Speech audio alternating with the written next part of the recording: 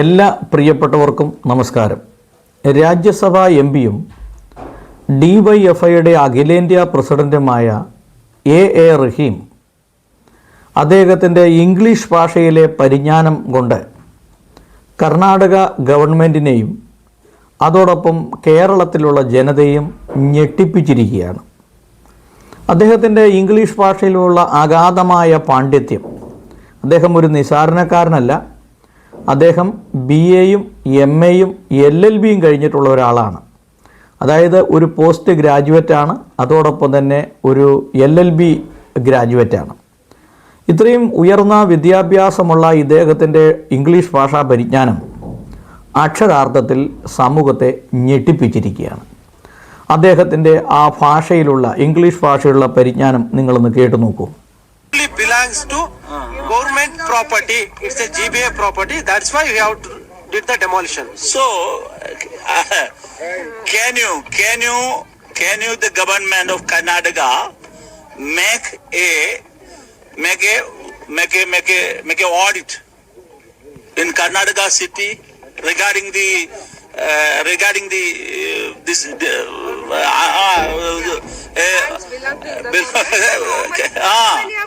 how many of them? So the government. So because why did the here? Only the poor. Why only the poor? Why only the poor? Why Why only the poor? So you have courage, the Siddaramaiah, to go bulldozer Raj with. Rajya Sabha M പിയും DYFI അഖിലേന്ത്യാ പ്രസിഡൻറ്റുമായ A റഹീമിൻ്റെ English ഭാഷയിലുള്ള പരിജ്ഞാനം. ഇതിൽ നമ്മളെ ചിന്തിപ്പിക്കുന്ന മറ്റൊരു കാര്യം, രാജ്യസഭയിൽ പോയി ഇദ്ദേഹം എന്ത് ചെയ്യുന്നു എന്നുള്ളതാണ് പ്രധാനപ്പെട്ട ഒരു ചോദ്യം. ഇദ്ദേഹത്തിന് ഹിന്ദി അറിയത്തില്ല, ഇംഗ്ലീഷ് അറിയത്തില്ല. അതായത് നാടൻ ഭാഷയിൽ പറഞ്ഞാൽ പൊട്ടൻ ആട്ടം കാണാൻ പോയതുപോലെ എന്നുള്ള ഒരവസ്ഥയാണ്. അതായത് ഒരു രാജ്യസഭാ എം പി എന്ന് പറയുമ്പോൾ അദ്ദേഹത്തിന് ഒരുപാട് ഉത്തരവാദിത്തങ്ങളുണ്ട്, ഒരുപാട് കാര്യങ്ങൾ ചെയ്യാൻ കഴിയും. പക്ഷേ ഇംഗ്ലീഷ് ഭാഷയും അറിയില്ല, ഹിന്ദി ഭാഷയും അറിയാതെ വെറുതെ രാജ്യസഭയിൽ പോയി ഇരിക്കുകയും 3 നേരം ഭക്ഷണം കഴിക്കുകയും മാസം ശമ്പളം മേടിക്കുകയും ചെയ്യുന്നത് കൊണ്ട് എന്ത് പ്രയോജനമാണുള്ളത്?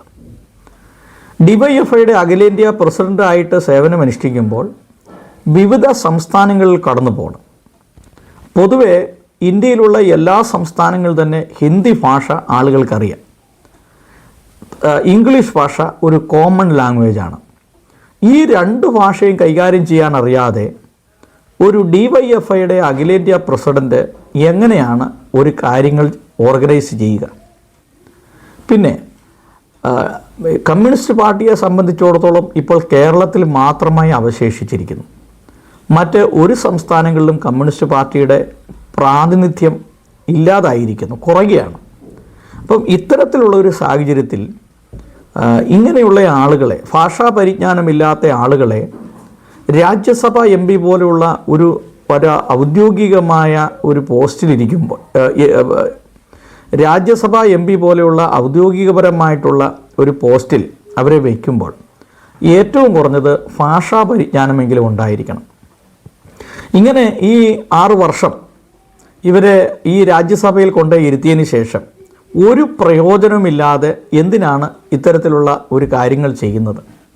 അതുമാത്രമല്ല, കമ്മ്യൂണിസ്റ്റ് പാർട്ടിയുടെ പരാജയത്തിൻ്റെ പ്രധാനപ്പെട്ട കാരണം ഇതുപോലെ യാതൊരു വിവരവുമില്ലാത്ത, ഭാഷാ പരിജ്ഞാനമില്ലാത്ത ഇങ്ങനെയുള്ള ആളുകളെ ഇതുപോലെയുള്ള ഉയർന്ന പോസ്റ്റുകളിൽ വയ്ക്കുന്നതാണ് ഏറ്റവും വലിയൊരു പരാജയം എന്ന് പറയുന്നത്. അപ്പോൾ 100 വർഷത്തിലധികം പാരമ്പര്യമുള്ള കമ്മ്യൂണിസ്റ്റ് പാർട്ടി ഇന്ന് വരെയും ഇന്ത്യ ഭരിക്കാൻ പറ്റാത്തതിൻ്റെ പ്രധാനപ്പെട്ട കാരണം എന്ന് പറയുന്നത് തന്നെ അവരുടെ ഇടയിലുള്ള ഇത്തരത്തിലുള്ള പ്രശ്നങ്ങളാണ്. കഴിവുള്ളവനും അല്ലെങ്കിൽ എന്തെങ്കിലും കാര്യങ്ങൾ കൈകാര്യം ചെയ്യാൻ അറിയാവുന്നവനും വിദ്യാഭ്യാസമുള്ളവനെയോ ഭാഷാ പരിജ്ഞാനമുള്ളവനെയൊന്നും ഔദ്യോഗികപരമായ ഒരു പദവിയിലേക്കും പരിഗണിക്കുകയില്ല. മറിച്ച് റോട്ടിൽ കൂടെയൊക്കെ നടന്ന് തെരുവ് കൊണ്ടയായിട്ട് നടക്കുന്ന, അല്ലെങ്കിൽ കലാപങ്ങൾ ഉണ്ടാക്കാൻ കഴിയുന്ന ഇങ്ങനെയുള്ള ഇത്തരത്തിലുള്ള ആളുകളെ ആണ് ഇവർ കൂടുതൽ പരിഗണിക്കുന്നത്. വാസ്തവത്തിൽ കേരള സമൂഹത്തെ ഒന്നടങ്കം അപമാനിക്കുന്ന ഒരു സമീപനമാണ് ഈ AA റഹീമിനെ പോലെയുള്ള ആളുകൾ ചെയ്തുകൊണ്ടിരിക്കുന്നത്. എന്താണ് കാരണം?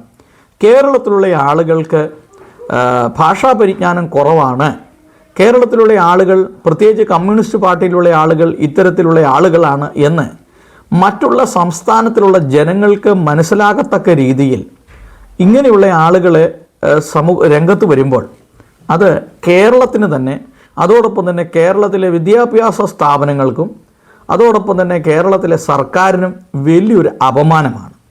ഇത്തരത്തിലുള്ള ആളുകളെയൊന്നും ഇങ്ങനെയുള്ള ഉയർന്ന പദവികൾ പരിഗണിക്കരുത്. കമ്മ്യൂണിസ്റ്റ് പാർട്ടി ഇത്തരത്തിലുള്ള ആളുകളെ പരിഗണിക്കുന്നത് കൊണ്ടാണ് ഒരു പരിധിവരെ കമ്മ്യൂണിസ്റ്റ് പാർട്ടി പരാജയപ്പെട്ടു പോകുന്നത്. ആവശ്യമില്ലാത്ത സമയങ്ങളിൽ ഉത്തരങ്ങൾ പറയുക, ആവശ്യമില്ലാത്ത കാര്യങ്ങളിൽ ഇടപെടുക. വാസ്തവത്തിൽ കർണാടകത്തിൽ നടന്ന ആ സംഭവവുമായി ബന്ധപ്പെട്ട് കേരളത്തിലെ മുഖ്യമന്ത്രി പിണറായി വിജയൻ സഖാവിനോ മറ്റോ ഇടതു പാർട്ടികൾക്കോ ഇതിൻ്റെ പുറകെ പോകേണ്ട യാതൊരു ആവശ്യമില്ല. അത് 15 ഏക്കർ സ്ഥലം, അതായത് 400 കുടുംബങ്ങൾ, അത് മുസ്ലിം കമ്മ്യൂണിറ്റിപ്പെട്ട ആളുകൾ, അവർ അത് എൻക്രോച്ച് ചെയ്താണ്, അതായത് സർക്കാർ ഭൂമി കൈയടക്കി വച്ചിരിക്കുകയാണ്. ആവശ്യമില്ലാത്ത കാര്യങ്ങളിൽ പോയി ഇടപെടേണ്ട കാര്യങ്ങൾ ഇല്ല. അതുകൊണ്ട് തന്നെ കർണാടക സർക്കാരും കേരള സർക്കാരും തമ്മിൽ ഒരു വലിയ വാഗ്വാദത്തിലേക്ക് വരികയും ഒരു വൈരാഗ്യ ബുദ്ധിയിലേക്ക് കടന്നു വരികയും ചെയ്യുകയാണ്. കേരളത്തിലുള്ള നിരവധി കുട്ടികൾ കർണാടകത്തിൽ പഠിക്കുന്നുണ്ട്. നല്ലൊരു ശതമാനം ആളുകളും നഴ്സിംഗ്, എഞ്ചിനീയറിംഗ് മേഖലയിൽ കേരളത്തിൽ നിന്നുള്ളവർ പഠിക്കുന്നത് കർണാടകത്തിലാണ്.